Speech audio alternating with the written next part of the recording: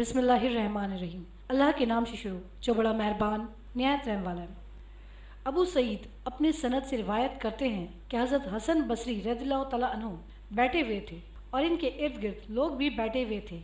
तो अचानक मजलिस में एक शख्स आया जिसकी आंखें सब्ज थीं। हसन बसरी रज़ियल्लाहु तआला अन्हु ने पूछा, क्या तुम पैदाइशी तौर पर ऐसे हो या कोई बीमारी की वजह से हो? उसने कहा, ए अबू सईद, क्या तुम मुझे नहीं जानते? उन्होंने कहा, आप अपना खुद ही तारुफ करवाएं। जब उसने अपना तारुफ करवाया तो अहले मजलिस में से हर एक शख्स ने उनको पहचान लिया। तो लोगों ने कहा, तुम्हारा किस्सा क्या है?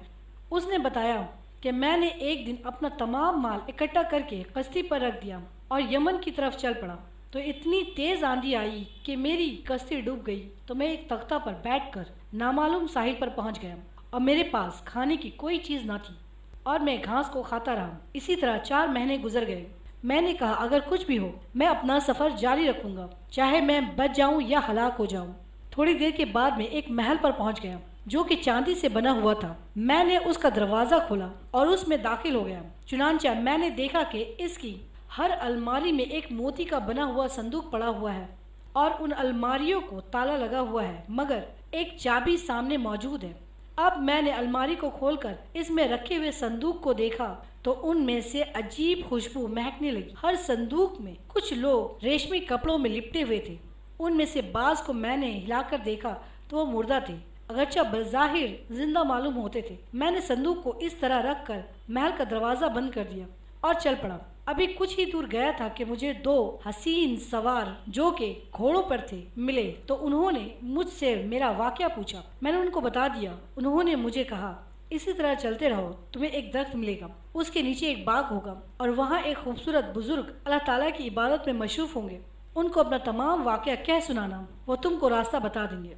मैं शेख के पास पहुंचा और उनको सलाम किया और अपना महल वाला किस्सा उनको सुनाया। वो सुनकर घबरा गए और मुझसे पूछने लगे, तुमने वहाँ क्या किया? मैंने कहा कि संदूकों को बंद करके और महल का भी दरवाज़ा बंद करके आया हूँ। उन्होंने इत्मीनान की सांस ली और मुझे कहा, बैठ जाओ। मैं बैठ गया। थोड़ी देर के बाद एक बादल गुजरा।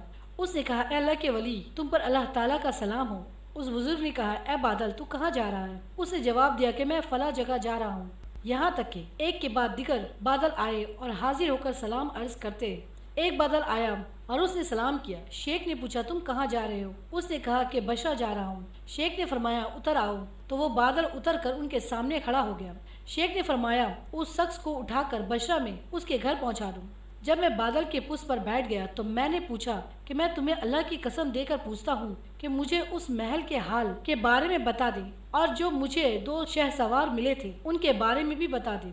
उस बुजुर्ग ने फरमाया कि ये महल समुद्री शहीदों के लिए मखसूस है और कुछ फरिश्तों के जिम्मा ये काम है कि वो शहीद को उठाकर लाते हैं और रेशमी कफन देकर उनको संदूकों में बंद कर देते हैं और वह दोनों सवार अल्लाह ताला की तरफ से उस काम पर मामूर हैं और हर रोज़ सुबह व शाम उनको अल्लाह ताला की तरफ से सलाम पेश करते हैं।